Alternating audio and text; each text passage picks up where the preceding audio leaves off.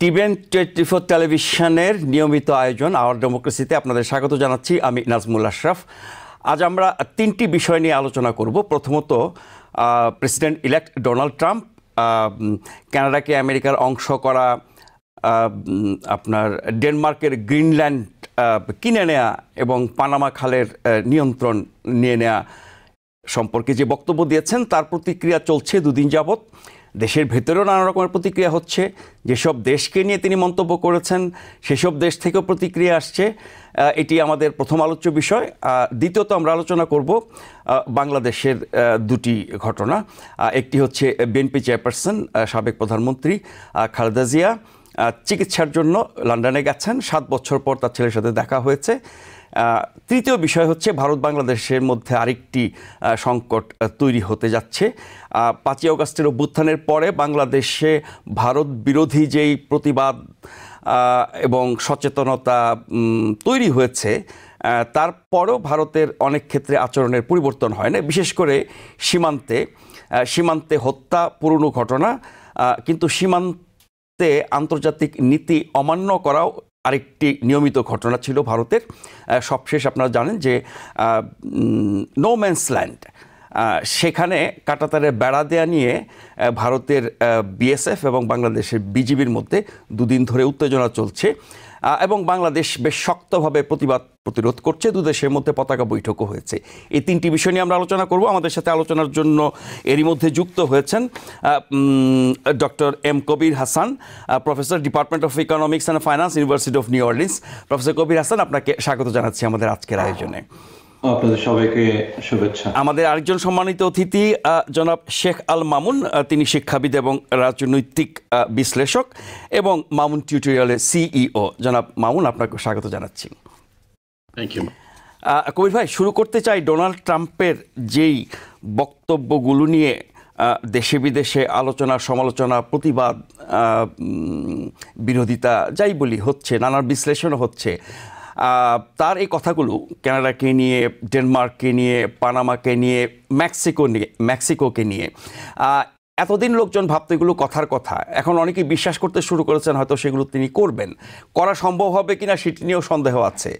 কিন্তু ডোনাল্ড ট্রাম্পের প্রথম মেয়াদে তিনি অনেক কাজ করতে চেয়েছেন যেগুলো আমেরিকা বা আমেরিকার মিত্র বা বিশ্বের জন্য মঙ্গলজনক না, তাও তিনি করার চেষ্টা করেছেন। কিন্তু সেই ক্যাবিনেটে এবং তখনকার রিপাবলিকান পার্টিতে, তখনকার হাউস রিপাবলিকান এবং সেনেট রিপাবলিকানে এমন কিছু ব্যক্তি ছিলেন যারা ট্রাম্পের ওইসব পাগলামি থামাতে পেরেছিলেন।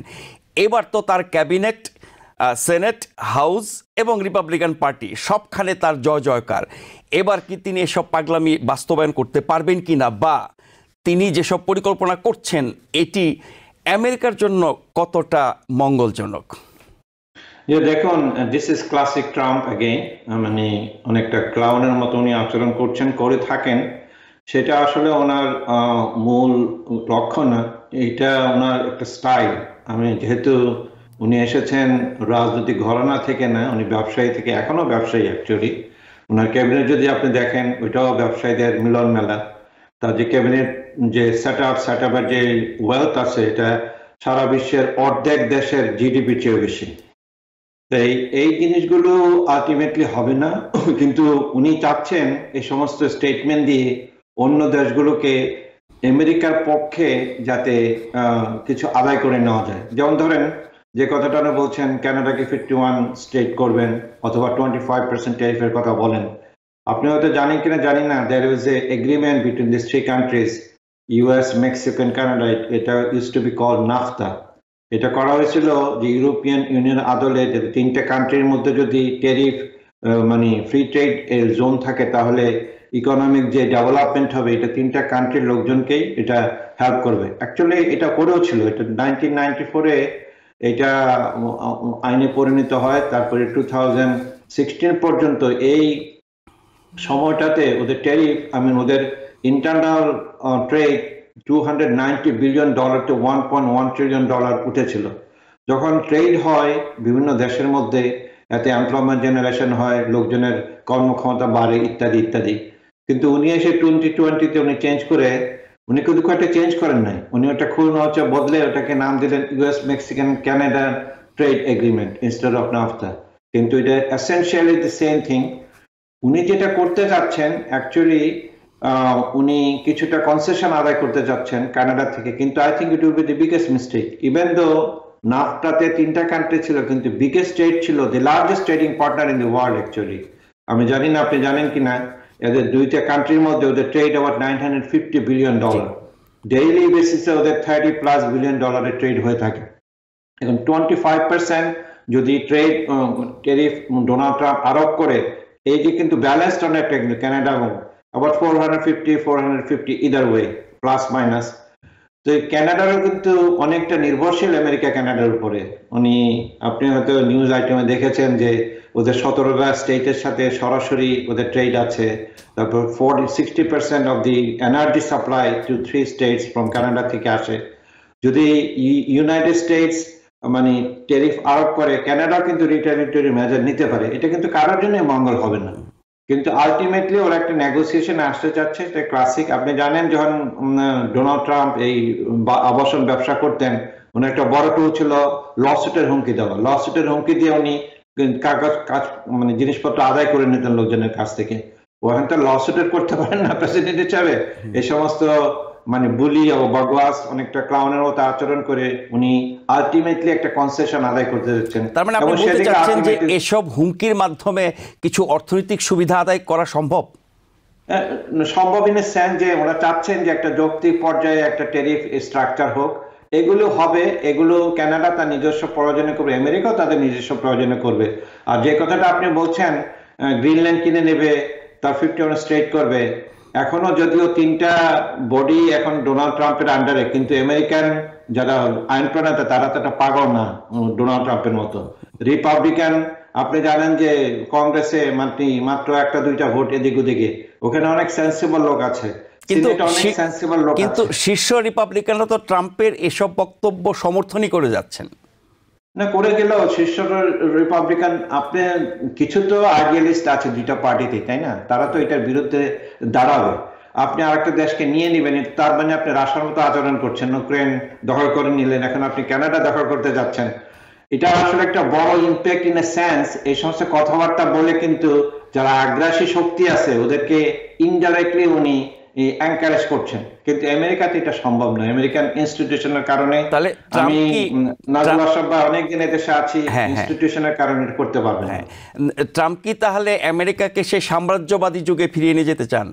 আর সম্ভব না, উনি চেষ্টা করলেও পারবেন না। এবং অফকোর্স আমেরিকা অলরেডি সাম্রাজ্যবাদী শক্তি, তাই না? তারা প্রক্সি ওয়ার সারা দুনিয়াতে খেলে যাচ্ছে। বিভিন্ন দেশে 80+ কান্ট্রির উপরে তাদের মানে মিলিটারি আছে, ইউনিট আছে। তো এই সাম্রাজ্যবাদী শক্তি হিসেবে তো অনেকদিনই কাজ করছে, কিন্তু তার জন্য সরাসরি একটা দেশে গিয়ে আক্রমণ করার নজির কিন্তু খুব একটা না। যেহেতু ট্রাম্প ফিজিক্যাল দখলের কথা বলছেন, তাহলে সেই ব্রিটিশ সাম্রাজ্যবাদ বা ফ্রেঞ্চ সাম্রাজ্যবাদ ওরকম কিছু করার চিন্তা কিনা? না, এটা না, কিন্তু যেটা হতে যাচ্ছে উনি চাচ্ছেন ইকোনমিক সিকিউরিটি। ইকোনমিক্যালি উনি অন্য দেশকে পদোন্নত রাখতে যাচ্ছেন। উনি আসলে চায়নাকে ঠেকা দিতে চাচ্ছেন, কিন্তু অন্য দেশ নিজেরা ক্ষতিগ্রস্ত হয়ে কেন ট্রাম্পের সাথে এই ধরনের ডিল করতে যাবে? এটা তো আমরা সবাই করে যাচ্ছি। নাজরুল সব ভাই বাংলাদেশের কথাই বলেন, শেখ হাসিনা 15 বছর দেশকে বিক্রি করে দিয়েছে ক্ষমতা থাকার জন্য, এগুলো আমরা করি। এমন কোন একটা কান্ট্রি আমি দেখি নাই যারা ডেমোক্রেটিক না আর কি, তারা অন্য একটা বিশ্ব শক্তির মানে কন্ট্রোলে থাকতে ডিরেক্টলি অথবা ইনডিরেক্টলি এটা হয়ে যাচ্ছে। কানাডার মতো দেশ এবং ডেনমার্ক ইউরোপিয়ান ইউনিয়নের একটি দেশ, তাদের তো আর বাংলাদেশের মতো অবস্থা না, বাংলাদেশের মতো নেতৃত্ব না যে ক্ষমতা টিকে থাকার জন্য ট্রাম্পকে সবকিছু দিয়ে দেবে। না, ওরা ডেফিনেটলি দেবে না। এই কথাটা আমি বলছি, যেখানে ডেমোক্রেসি আছে কানাডা তো definitely not. Canada is not for sale বলে দিয়েছে। মেক্সিকান প্রেসিডেন্ট পর্যন্ত বলেছে, আপনি জানেন গালফ অফ মেক্সিকোর নাম চেঞ্জ করতে, গালফ অফ আমেরিকা বলেছে যে আমেরিকার নামে আমরা চেঞ্জ করে দেব, মেক্সিকান আমেরিকা ওরা বলতেছে। এগুলো কথার মানে গালফ অফ মেক্সিকোর নাম চেঞ্জ করতে চান, এই কথার চালাচালি এইটা না। কিন্তু আলটিমেটলি একটা অবজেক্টিভ তো ডোনাল্ড ট্রাম্পের আছে, যেখানে একটা কনসেশন নেওয়া এবং চায়নাকে ঠেকা দেওয়া। কারণ চায়না কিন্তু সারা দুনিয়া ব্যাপী তাদের বাণিজ্য সম্প্রসারণ যেভাবে করছে, এটা আমেরিকান ইন্টারেস্টকে কিন্তু মানে বাধা দিচ্ছে। এবং সেখানে একটা উনি আমেরিকান মানে current government actually in general একটা মানে থ্রেশহোল্ড অথবা একটা মানে একটা প্রোটেকশন অথবা একটা সিকিউরিটি চাচ্ছে, মানে ইকোনমিক সিকিউরিটির কারণে কিন্তু কথাটা গ্রিনল্যান্ডের কথা যিনি বলেছেন উনি বলেছেন ইকোনমিক সিকিউরিটির জন্য আমাদের দরকার, নট সাম্রাজ্যবাদ ইন এ সেন্স। কিন্তু Greenland is not for sale, আপনি জানেন এটা ডেনমার্কের আন্ডারে, এটা ডেনমার্ক কখনোই করতে দিবে না। জি, মামুন ভাই আপনার কাছে একটু আসতে চাই। প্রত্যেকটা দেশের পক্ষ থেকে আমরা প্রতিক্রিয়া পাচ্ছি, কানাডার পক্ষ থেকে, মেক্সিকোর পক্ষ থেকে, ডেনমার্কের পক্ষ থেকে, পানামার পক্ষ থেকে, সব পক্ষ থেকে প্রতিক্রিয়া আসছে, কিন্তু সেই প্রতিক্রিয়াগুলো কতটা মানে জোরদার সেটি নিয়ে প্রশ্ন উঠতে পারে, হয়তো সেটা আগামীতে হতে পারে। এবং ট্রাম্পকে সবাই সমীহ করে না ভয় পায় সেই প্রশ্নও কিন্তু আছে। যেমন ডেনমার্ক ইউরোপিয়ান ইউনিয়নের একটা দেশ, সেই দেশকে নিয়ে যখন ট্রাম্প এইসব কথা বলছেন, গোটা ইউরোপিয়ান ইউনিয়ন তো সোচ্চার হচ্ছে না। আজকে আপনার ফ্রান্স 24 টিভি চ্যানেলে একটা আলোচনা শুনছিলাম, সেখানে বিশ্লেষকরা বলছিলেন যে এটা তো গোটা ইউরোপের উপরে হস্তক্ষেপ, হ্যাঁ, কেন অন্যান্য দেশ বা ইউনিয়ন অ্যাজ এ হোল সেই প্রতিবাদটা করছে না। ইটালির জর্জিয়া মেলোনি তো মার-ও-লাগোতে গিয়ে ট্রাম্পের সাথে একরকম সমর্থনই জানিয়েছেন। তার মানে হচ্ছে আমেরিকার সবচেয়ে বড় মিত্র ইউরোপ বা ইউরোপিয়ান ইউনিয়ন, সবচেয়ে কাছের মিত্র কানাডা, এদেরকে তিনি চটাচ্ছেন। আগের মেয়াদেও তিনি এদের বিপক্ষে ছিলেন, জাতিসংঘের বিভিন্ন সংস্থা থেকে নিজেকে আমেরিকাকে প্রত্যাহার করা থেকে শুরু করে নেটো থেকে সরে আসা, আরও অনেক কিছু, সেই তৎপরতাগুলো তখন সফল হয় নাই। এবার হবে কিনা সেটি দেখবার বিষয়। মামুন ভাই, আপনার কাছে জানতে চাচ্ছি যে এইটা পেছনে আরেকটা মনস্তত্ত্ব অনেকে আবিষ্কার করার চেষ্টা করছেন, যে ট্রাম্প সবসময় আলোচনায় থাকতে চান, ট্রাম্প সবসময় প্রচারে থাকতে চান, গণমাধ্যমে থাকতে চান, এইভাবে তিনি নিজেকে টিকিয়ে রাখতে চান, সেই জন্য এরকম উল্টাপাল্টা কথা বলেন। বিষয়টা কতটা এই মনস্তাত্ত্বিক ব্যাপার, কতটা আমেরিকার স্বার্থের ব্যাপার, কতটা তার রাজনৈতিক অনভিজ্ঞতার ব্যাপার? This is like $1 million question. Thank you. Well, আপনি যদি পানামার দিকে তাকান, Panama initially, there's a lot of other country, France, couldn't build that Panama Canal. Eventually, আমরা জানি যে আমেরিকা বিল্ড করছিল, এবং আমেরিকা বিল্ড করার পরে আমেরিকা কিন্তু অনেক বছর সেখানে কিন্তু কন্ট্রোল ছিল। So it's nothing wrong, এবং আমেরিকা কিন্তু অনেক পয়সা স্পেন্ড করছে। So, but আমরা জানি জিমি কার্টার আজকে মারা গেছে, বা আজকে তার মরদেহ ওয়াশিংটন ডিসিতে আছে, এবং সে যেটা সাইন করছিল যে পানামার সঙ্গে যে ডিলটা হয়েছে শান্তি চুক্তি করে, এবং সেটাকে পানামার কাছে ফেরত দিছে, এটা এখন আমেরিকা মনে করতেছে যে এটা উইক ডিসিশন, বিকজ এখন পানামার ভিতর দিয়ে যে পরিমাণ চায়না শিপ যাচ্ছে এবং পানামা যে পরিমাণ পয়সা কালেক্ট করতেছে, যদি আমেরিকার হাতে থাকতো হয়তো America would be better off. So সেটা একটা জিনিস উই কুড থিঙ্ক, বাট এটা কিন্তু আসলে আনঅ্যাকসেপ্টেবল এট দিস পয়েন্ট, এবং it's not reasonable that America is going to go control the Panama Canal. It's not possible. আপনি যদি এখন গ্রিনল্যান্ডের দিকে তাকান, এখন আমরা জানি যে সেখানে যে আইস মেল্টিং এর কারণে তাদের আমাদের একটা জাহাজের একটা মানে শিপিং রাউট ওপেন হচ্ছে। So it's a strategic place, এবং আমরা জানি গ্রিনল্যান্ডে প্রচুর মিনারেল আছে, সেখানে কিন্তু চাইনিজরা এক্সপ্লয়েট করতেছে, সেখানে কিন্তু আমেরিকাকে অবশ্যই সিকিউর করতে হবে। আমরা জানি যে অলরেডি আমেরিকার বেস সেখানে আছে, অ্যান্ড ডেফিনেটলি আমেরিকা যদি চায় যে বেস টু এক্সপ্যান্ড ইট, সেখানে থাকতে পারে। কিন্তু গ্রিনল্যান্ডে মাত্র 55,000 লোক বাস করে। ইটস লাইক আমার ছোট এখানে যে ব্রঙ্কসের প্রাকসেস্টারও মোর দ্যান 40,000 পিপল বাস করে। It's very very small number of people. কিন্তু আপনি যেটা বলতেছেন যে হ্যাঁ, মানে ট্রাম্পের আসলে গেমটা কি, was the outcome out of this all this, সে যেভাবে বলতেছে পাগলামের মতন। প্রিভিয়াসলি আমরা জানি যে ন্যাটোতে মাত্র 2% সে ডিমান্ড করেছিল, কিন্তু ইভেনচুয়ালি ন্যাটোর কান্ট্রিগুলো কিন্তু eventually they went to up to that point, they R spending for the defence purpose more than almost 2% right now. এখন সেটাকে সে কিন্তু 5% যাচ্ছে। হ্যাঁ, এখন যেটা সে বলতেছে 5%. So if you really increase the defense, eventually American company is going to be benefited. Well, definitely there's some other European defense producer base and other companies that are definitely benefited হবে, কিন্তু ultimately America needs to be stay on the front to defend its national security, defend its strategic policy, and stop China. So China K stop করতে হলে অবশ্যই we need to work with the European countries, but not bullying the European countries. আমরা already জানি যে ফ্রান্সের foreign minister বলছে, what, uh, we're not going to tolerate like somebody's coming and bullying us or European countries. So এটা আমেরিকার জন্য কতটুক wise হবে। আর আপনি যেটা বলতেছেন যে গ্রিনল্যান্ডকে একটা স্টেট হিসেবে ডিক্লেয়ার করা বা কানাডাকে একটা স্টেট রেটিফাই করতে হবে সিনেট থেকে, কংগ্রেস থেকে, যেটা আমাদের কবির ভাই বললেন। So those are all is quite impossible. আমরা জানি যে আমাদের একটা স্টেট, ওটার নাম কি, পোর্টোরিকো, it's been our colony for many years. It still is not part of your state. এবং so আর একটা দেশকে আমরা নিয়ে অন্যদিকে আমরা why we are wasting our time to for this all this nonsense. Better China যেভাবে expand করতেছে, আমরা চায়নার BYD একটা electric car they're selling for $10,000, $12,000 across the border in Mexico.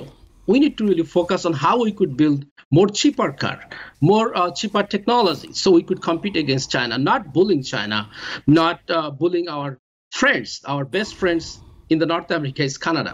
They always work with us all the time, except Israeli ব্যাপারে হয়তো last few vote, Canada give the vote against our wish. But our সবসময় কিন্তু 99.99% টাইমে কিন্তু Canada always with us. কানাডার আমরা জানি যে এখানকার ডিফেন্স সিস্টেম আছে, সেখানে কিন্তু কানাডা আমেরিকা মিলেই করা হয়। So everywhere Canada is part of our friendship. কিন্তু কানাডাকে একটা ফ্রেন্ডকে এভাবে বুলি করা, সারা পৃথিবীর সামনে নাস্তানাবুদ করা, it's not a civil way to treat our friend. This is absolutely unacceptable.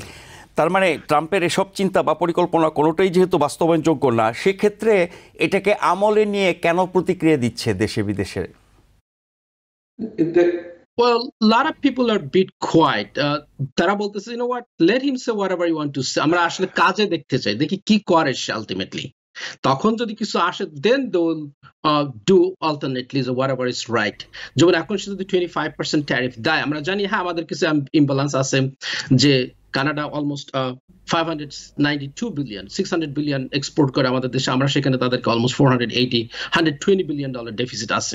So we could negotiate. আমরা জানি we import so many parts from the কানাডার থেকে পার্টস নাইলে আমাদের কিন্তু যে মিশিগান সব যেসব স্টার্টেড কার ইন্ডাস্ট্রি, যে রাস্ট বেল্ট, সেখানে কিন্তু নট বি সো সাকসেসফুল। এটা কানাডার কারণে কিন্তু অনেকটা তারা আবার রিভাইভ হচ্ছে, না হলে কিন্তু ওসব সিটি কিন্তু মরে গেছিল। আপনি যদি দেখেন যে মিশিগানের দিকে বাড়িগুলো কত সস্তা হয়ে গেছে, সেখানকার industry city after city is like a completely destroyed. কিছুই লোকজন বাস করে না। So they are our friend, they are helping us many different way, even though we have a little bit imbalance in trade. যেমন যারা এখন মন্তব্য করছেন তারা বলছেন যে প্রথমে মনে হয়েছিল এগুলো ট্রাম্পের একরকমের কথার কথা, পাগলামি। এখন যেহেতু তিনি প্রেসিডেন্ট নির্বাচিত হয়েছেন, দায়িত্ব নিতে যাচ্ছেন এবং বেশ মানে সিরিয়াসলি কথাগুলো বলছেন, সেই কারণে অন্যরা আপনার প্রতিক্রিয়া দিচ্ছে। কিন্তু ট্রাম্পের এই পররাষ্ট্রনীতি তিনি যেভাবে সাজাতে চান, ট্রাম্পের পাগলামির সাথে যোগ হয়েছে ইলন মাস্কের পাগলামি, এবং এই দুজনে মিলে যদি এই পাগলামি করতে থাকেন, তাহলে আমেরিকা কি গোটা বিশ্ব থেকে বিচ্ছিন্ন হয়ে যাবে, মিত্রদের কাছ থেকে আলাদা হয়ে যাবে? দেখুন, আমি একটা জিনিস অ্যাড করতে যাচ্ছি। দেখুন, নামে কি আসা যায়, গ্রিনল্যান্ড কিন্তু গ্রিন না, গ্রিনল্যান্ড কিন্তু বরফে আবৃত। ভেরি ইন্টারেস্টিং নাম নিয়ে খেলা হচ্ছে। আপনি যে কথাটা বললেন, অনেকেই কিন্তু যারাই বলছে, কিন্তু অধিকাংশ লোকজন কিন্তু মন্তব্য করছে না, বলছে যে এটা এখনো সে প্রেসিডেন্ট, সে কথার কথা। কিন্তু এর মধ্যে আপনার এই যে জাস্টিন ট্রুডো কমেন্ট করেছেন, তাদের বিরোধীদের তা কমেন্ট করেছেন, তারপরে হচ্ছে আপনার অন্টারিও প্রিমিয়ার তিনি কমেন্ট করেছেন, এবং আপনার এই যে ডেনমার্কের একাধিক আপনার পার্লামেন্টারিয়ান তারা কমেন্ট করেছেন। মানে তারা তো গুরুত্বপূর্ণ দায়িত্ব থেকে কথা বলছেন না, করছেন, কিন্তু ওরা তো দুইটা কান্ট্রিকে সরাসরি উনি নেম করেছেন, তাই না? এখন যখন উনি প্রেসিডেন্ট হবেন, তিনি সেই টোনে কথা বলতে পারবেন। কিন্তু আমার মনে হয় যেটা অনেক জায়গায় কিন্তু ইলেকশন হচ্ছে, কিছু কিছু জায়গায়, যেমন জার্মানিতে ইলেকশন হচ্ছে, এলন মাস্কের কথা, তারপর এলন মাস্ক কিন্তু ইন্টারফেয়ার করছে ব্রিটিশ পলিটিক্সে। তারা চাচ্ছে গোটা ইউরোপকে উনি খোঁচাখুচি শুরু করেছে, হ্যাঁ খোঁচাখুচি করছে, এবং এই খোঁচাখুচির কারণে ওদের মতো একটা ডানপন্থী একটা গভর্নমেন্ট যাতে লোকজন আরো আসতে চায়, সেটা একটা তাদের একটা গোল থাকতে পারে। কিন্তু আমি একটা কথা বলে রাখছি, America is a land of democracy.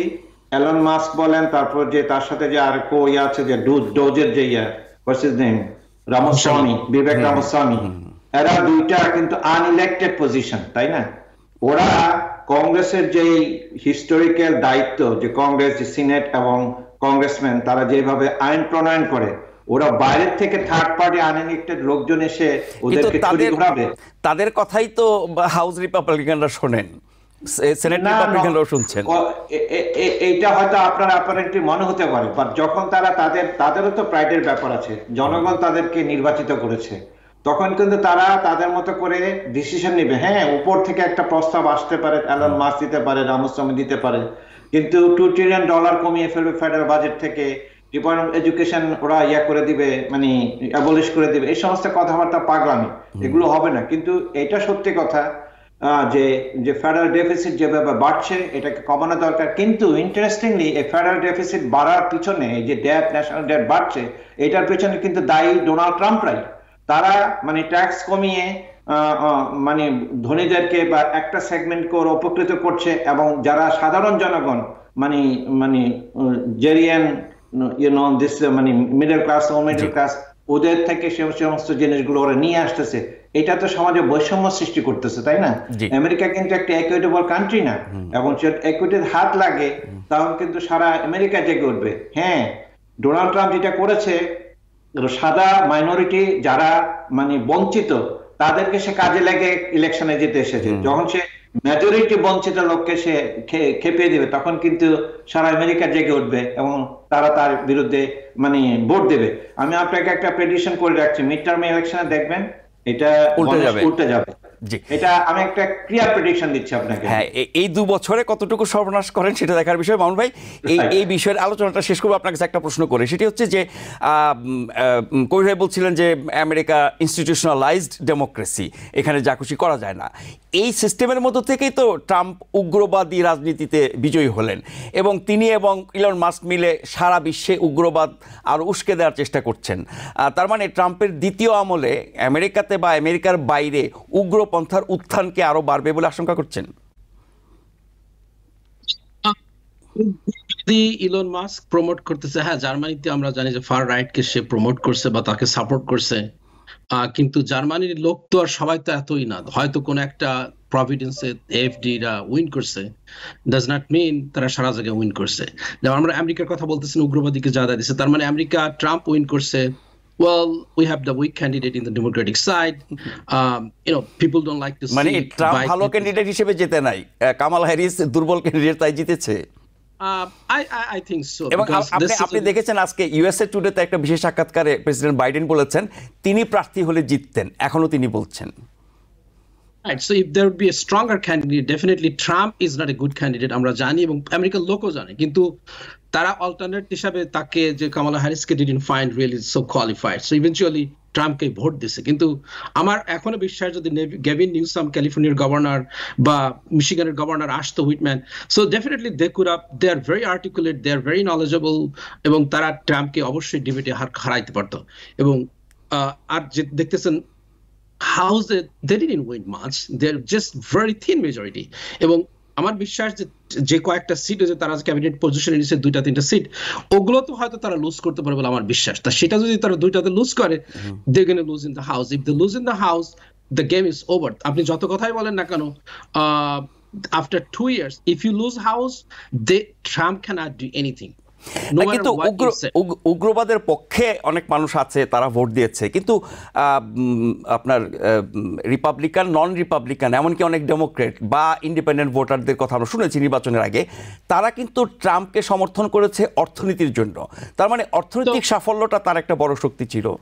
So wait and see how much he's going to do. He's going to destroy the US economy. আমরা জানি যে সমস্ত ইকোনমিস্ট, আপনি তাদের সঙ্গে কথা বলেন, they're saying it.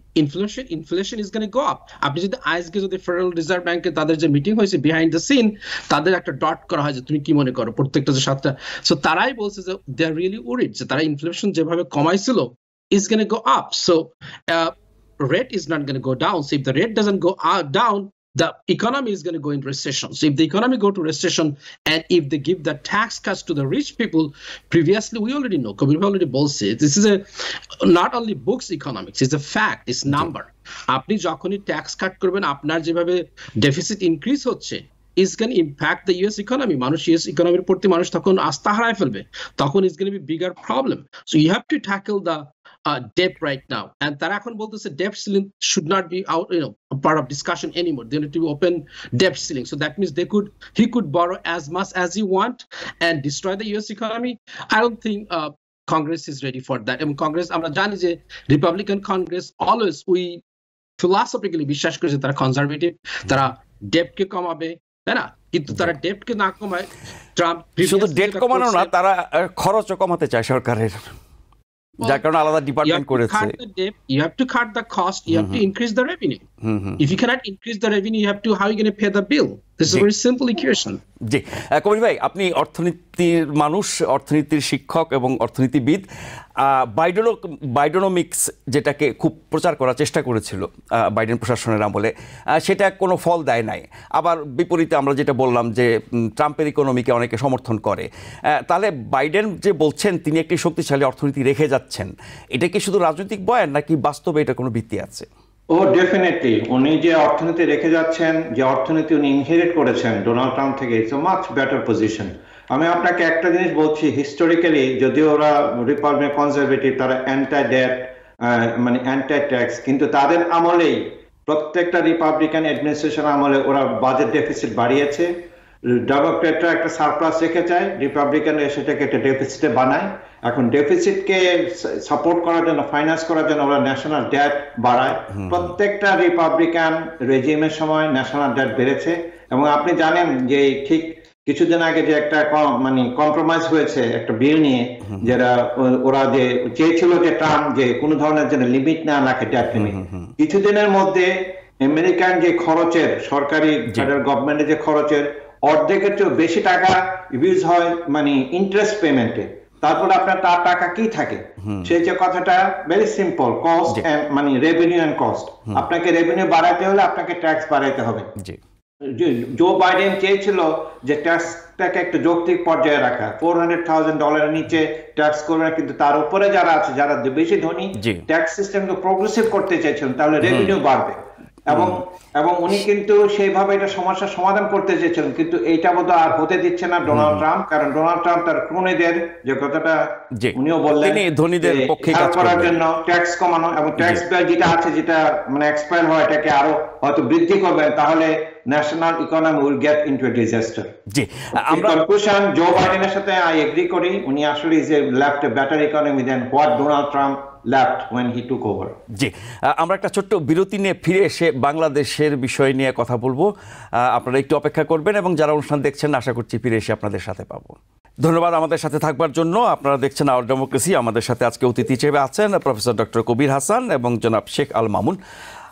কবির ভাই, এই বাংলাদেশের খবরে শুরুতে আলোচনা করতে চাই।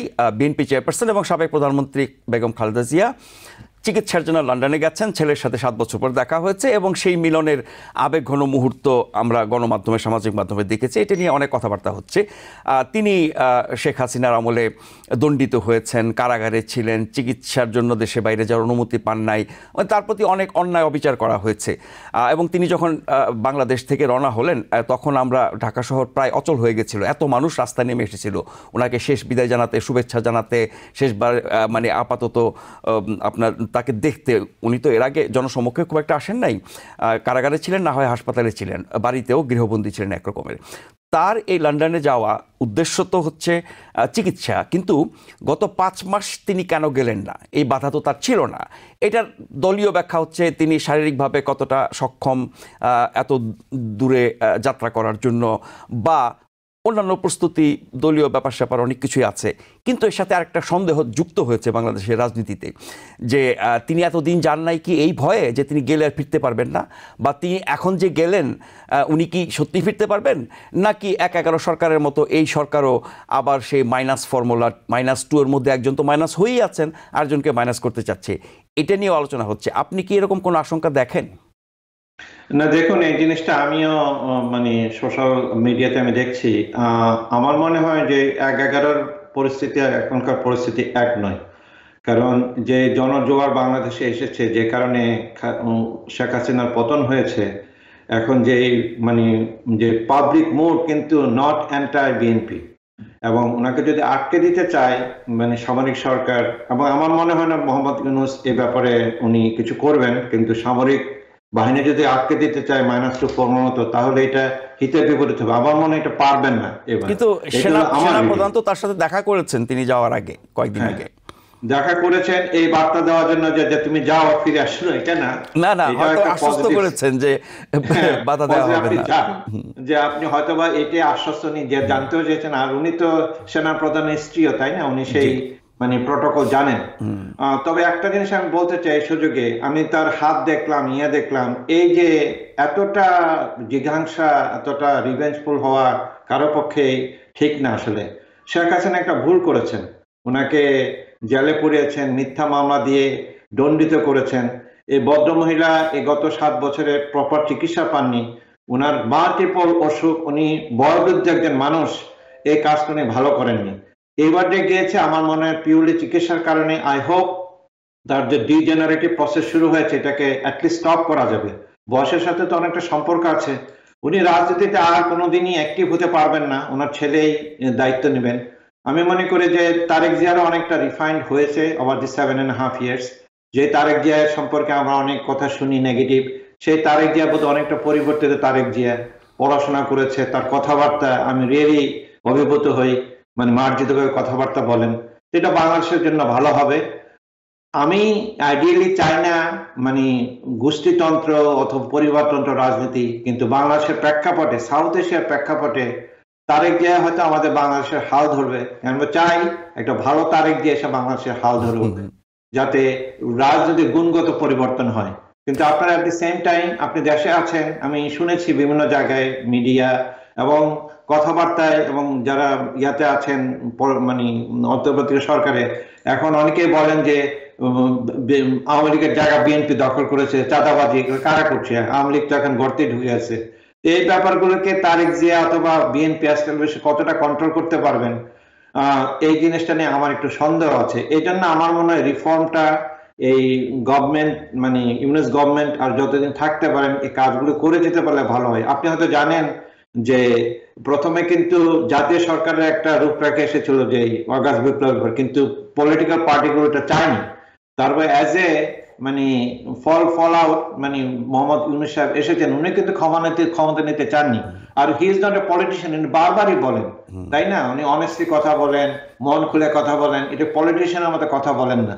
উনাকে আমি চাই, উনাকে যতদিন অনেকে রাখা যায়, রিফর্মগুলি কমপ্লিট করে দিলে এটা বিএনপির জন্য ভালো হবে, বাংলাদেশের জনগণের জন্য ভালো হবে। জি মামুন ভাই, বেগম খালেদা জিয়া এবং তারেক রহমান সম্পর্কে কবির ভাই যা বললেন, এবং বাংলাদেশের মানুষের, বিএনপির বাইরেও বাংলাদেশের মানুষের যে প্রতিক্রিয়া আমরা নানানভাবে দেখি জানি, তাতে করে খালেদা জিয়ার প্রতি যেমন মানুষ অনেক বেশি সহানুভূতিশীল, অনেক বেশি তার প্রতি সমর্থন আছে। বিগত আমলে তিনি নির্যাতিত এবং অন্যায়ের শিকার হয়েছেন, খুব অমানবিক পরিস্থিতির মধ্যে তিনি কাটিয়েছেন, এবং বহুবারই তার জীবন সংকটাপন্ন অবস্থা ছিল, জীবন মৃত্যুর সন্ধিক্ষণে ছিলেন, এরকমটা আমরা তার চিকিৎসকদের কাছ থেকে শুনেছি।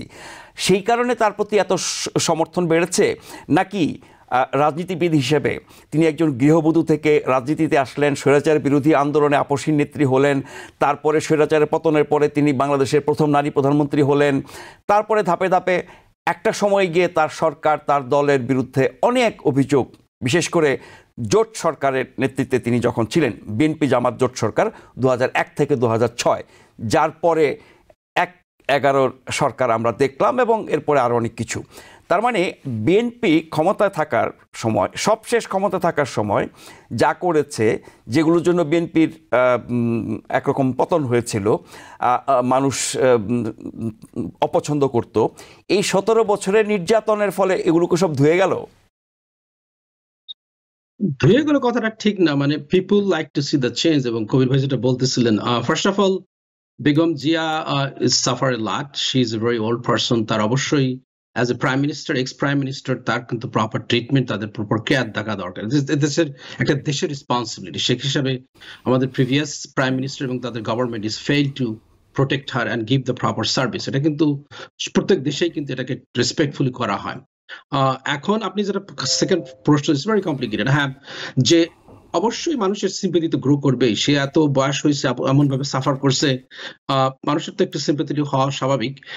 কিন্তু কবির ভাই যেটা বলতেছিলেন যে হ্যাঁ, Tarique Zia went to the the Western country in the London heart of the democratic society. হয়তো সে সেখান থেকে দেখে অনেক কিছু সফটলি তার কথাবার্তার tone is way different than তার সেই 10 বছর আগে বা 15 বছর আগে যখন ইয়াং ছিল তখন অনেক কিছু সে বলতো, কিন্তু it's been changed, এবং this is exactly আমরা যারা ওয়েস্টে থাকি বা ডেভেলপিং কান্ট্রিতে থাকি সেটাই কিন্তু আমরা চাই। এটা কি শুধু ব্রিটিশ গণতন্ত্রের প্রভাব, রাজনীতির প্রভাব, নাকি বাংলাদেশে যে পরিবর্তিত পরিস্থিতি তৈরি হয়েছে তার প্রভাব? Well, বাংলাদেশে তো অবশ্যই people demanded, that we want reform. সে কারণে তো শেখ হাসিনার গভর্নমেন্ট শেষ হয়েছে, তাই না? অবশ্যই বাংলাদেশে, এবং আমি বলতেছি যে তারেক জিয়ার যে টোন, সেখানে সে লেখাপড়া করছে এবং তার যে টোনটা চেঞ্জ হয়েছে, অবশ্যই সে ওয়েস্টে যাওয়ার কারণে ওয়েস্টে দেখতেছে, সে নিউজ পড়তেছে, দেখতেছে সবকিছু, সেখানকার ডেমোক্রেটিক স্ট্রাকচার কি। দেখেন, আমরা যখন বারাক ওবামার মতন একটা তার বাবা নেই, তার কোনো ব্যাকগ্রাউন্ড নেই, রয়্যালটি নেই, সে যখন এখানকে আমেরিকার মতো জায়গায় প্রেসিডেন্ট হয়েছে, because what? Because America, we respect some people who has ideology, who had some, charisma, so who could give the country. তার কারণ এই ধরনের কিছু কিন্তু বাংলাদেশে নেই, যে কেউ গিয়ে কিন্তু যে দেশের পক্ষে বা তার কমিউনিটির পক্ষে কথা বলবে এবং সেটাকে মিডিয়াকে সেটা সুন্দর করে রিপ্রেজেন্ট করবে, এই ধরনের সিস্টেম এই ধরনের সিস্টেম বাংলাদেশে নেই। সেই কারণে আমরা we focus on some few individual, there could be lot of other good people, better people, তাহলে কিন্তু দেশ উপকৃত হয়। তার কারণ আমরা যদি we've been confined with this 2 family বা 3 family, then we are locked in. এটা কিন্তু কোন দেশেই পরিবার না। মামুন ভাই, পরিবর্তনের সমালোচনার পাশাপাশি ওই বাস্তবতাও আছে, কিছুটা কবির ভাই বলছিলেন, বাংলাদেশে আওয়ামী লীগ বিএনপির মতো দলের ঐক্য ধরে রাখার ক্ষেত্রে এর কি কোনো বিকল্প আছে? অন্য যাকে এনে বসিয়ে দেন না কেন, দল 5 ভাগ 10 ভাগ হয়ে যাবে। Well, so let it be. Like, why you have to be 2 country parliamentary system? There could be 5 countries. They could have a coalition government. সেটা তো অনেক দেশেই হচ্ছে, জার্মানিতে হচ্ছে, অন্য দেশে হচ্ছে, they forming a coalition government. কিন্তু বাংলাদেশে তো তৃতীয় কোন দল সেভাবে গড়ে ওঠে নাই এবং মানে উন্নত হতে পারে নাই। Well, you didn't give the opportunity. আপনি তো কাউকে চান্স দেননি। অবশ্যই চান্স দিলে হয়তো থার্ড পার্টি গ্রো করতো, জাতীয় পার্টি আরো মেবি স্ট্রঙ্গার হইতো, বা জামাত আছে তারাই স্ট্রঙ্গার হইতো। We just try to stop them. সেটা তো ঠিক না। Like this is a frankly না, আপনি বলছেন যে আওয়ামী লীগ বিএনপির বাইরে থার্ড ফোর্থ পার্টিগুলোকে সুযোগ দেওয়া হয় নাই, বড় 2 দল তাদেরকে তাদের নিয়ন্ত্রণে রেখেছে, সাথে রেখেছে, ব্যবহার করেছে। তো ওই দলগুলো কেন স্বাধীনভাবে তাদের মতো করে কাজ করতে পারলো না? তাদের কি ব্যর্থতা নাই? Well, look, once Bangladesh's whole structure, democratic practice-টাই is not fair, it's not right. এটাকে কিন্তু অ্যাকসেপ্ট করতে হবে। আপনি as journalist you could ask me question many different way. এখানে যেমন অনেক দল বা অনেক না হলে ডেমোক্রেটিক পার্টির ভিতরে প্রাইমারি হয়, রিপাবলিকানের ভিতরে প্রাইমারি হয়, এক্সিস্টিং আমাদের নিউ ইয়র্কের স্টেটের মধ্যে এত পাওয়ারফুল স্টেটের governor has to resign. Why? New York স্টেটের স্পিকারের মতো এত পাওয়ারফুল পার্সনকে রিজাইন করতে থাকে, জেলে যেতে হয়। হোয়াই?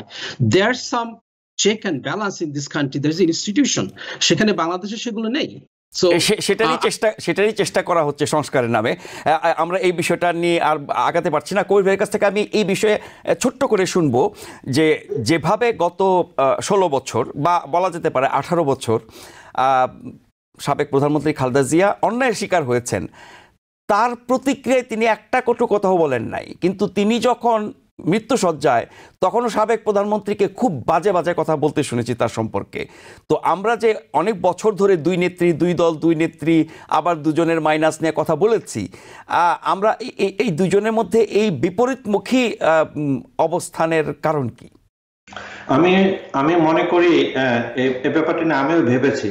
খালেদা জিয়া একটা পরিবেশ থেকে উনি নেতা হয়েছেন, উনি ছিলেন আর্মি জেনারেল ওয়াইফ, এবং সময়ের কারণে উনি মানে পলিটিক্সে এসেছেন, দেশের প্রধানমন্ত্রী হয়েছেন, এবং ওনারা কিন্তু একটা learning experience in a different environment. On the other hand, Sheikh Hasina Sheikh মুজিবের আন্ডারে থেকে বাপকে দেখে দেখে সে মানে রাজনীতি শিখেছে। মেকিয়াভেলি বলেন, চৈনক্য বলেন, যে সমস্ত কন্ট্রাডিক্টরি জিনিস করতে হয় সেগুলো সে শেখ মুজিব থেকে সে ইনহেরিট করেছে।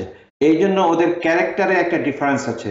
যেমন সোফিস্টিকেশন, যে খালেদা জিয়া ভদ্রভাবে কথা বলেন, শেখ হাসিনা মানে অনেক সময় মনে হয় যে মুখ না খুললে হতে ভালো। তার মানে রাজনৈতিক অভিজ্ঞতাটাই কি খারাপ নাকি ব্যক্তিটা খারাপ? রাজনীতি অনেক সময় যে অভিজ্ঞতা থেকে যেটা উঠে আসে সেটা তো আপনার ডিএনএ তে চলে যায়, তাই না? সে ডিএনএ তো আপনি চেঞ্জ করতে পারেন না। যেমন শেখ হাসিনা এবং খালেদা জিয়ার বক্তব্য যদি আপনি কম্পেয়ার করেন, তাদের সোফিস্টিকেশন কথায় সেটা says something about their মানে growing up not in the sense from the childhood, of course from the childhood, যেভাবে মধ্যে ব্যক্তি হিসেবে বড় হয়েছেন আর কি। এবং যে কথাটা উনি বলেছেন ফেবুলাস, যে আমি কোনো ইয়া নেই, আমার আল্লাহর কাছে আমি বলেছি, তো এই শেখ হাসিনা হলে একটা গালাগালি করে দিত, তাই না? তো এবং এই গালাগালি করার কারণে কিন্তু শেখ হাসিনার আজকে পতন হয়েছে, তাই না? এই যে কোটা বিরোধী আন্দোলন, রোদের সাথে কোটা চাইছিল, তাই না? ওরা শেখ হাসিনার পতন চাইনি। কিন্তু এই যে কথা কন্ট্রোল করতে না পারা, এগুলো আসা অনেক সময় মানে দম্ভ চলে আসা যে আমি সবকিছু করতে পারি, এগুলো ঠিক না, তার জন্যই পতন হয়েছে। মামুন ভাই বোধহয় কিছু যুক্ত করতে চাইছিলেন। আমরা যদি ওয়েস্টের সঙ্গে কম্পেয়ার করি, আজকে জিমি কার্টারের মরদেহ ওয়াশিংটন ডিসিতে রাখা হয়েছে, তারা রেসপেক্ট করতেছে। এবং আমরা জানি যে প্রেসিডেন্সিয়াল ক্লাব, সেখানে কিন্তু সব পার্টির প্রেসিডেন্ট দে গেট টুগেদার। আর একটা সারপ্রাইজিং স্টেটমেন্ট আপনাদের সঙ্গে শেয়ার করতে চাই। দেখেন, যখন জিমি কার্টার হেরে যায়, তখন কার্টার যখন উইন করে, Jimmy Carter was very experience in the middle eastern policy. এবং কার্টার কিন্তু রোনাল্ড রিগান জিমি কার্টারকে কল করে বলছিল যে তুমি আমার জন্য একটা স্পিচ লেখো অন মিডল ইস্টার্ন পলিসির উপরে। এবং দেখেন, হারিয়ে যাওয়ার পরেও তাকে রিকোয়েস্ট করছে, এবং সে জিমি কার্টার নিজে একটা লিখে তাকে রিগানকে পাঠায়, এবং রিগান সেটাই কিন্তু ওয়ার্ড টু ওয়ার্ড। এটা বাংলাদেশের রাজনীতির জন্য খুবই গুরুত্বপূর্ণ, পারস্পরিক শ্রদ্ধাবোধের জায়গাটা।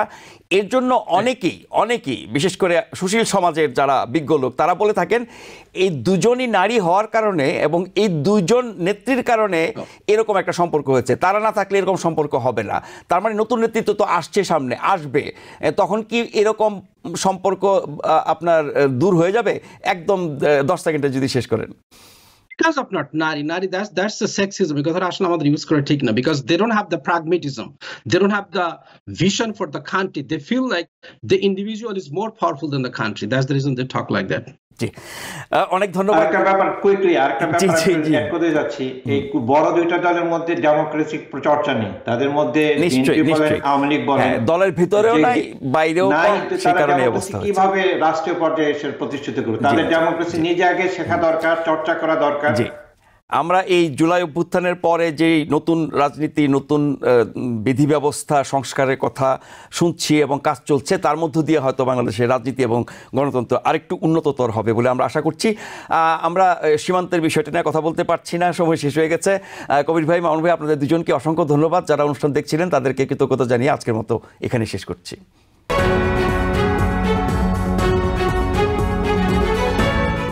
TBN 24 টেলিভিশন দেখতে আজই কল করুন 7187776556। লগ ইন করুন www.totalcablebd.com। নিউ ইয়র্ক থেকে সম্প্রচারিত TBN 24 টেলিভিশন বিশ্বজুড়ে বাঙালির কণ্ঠস্বর।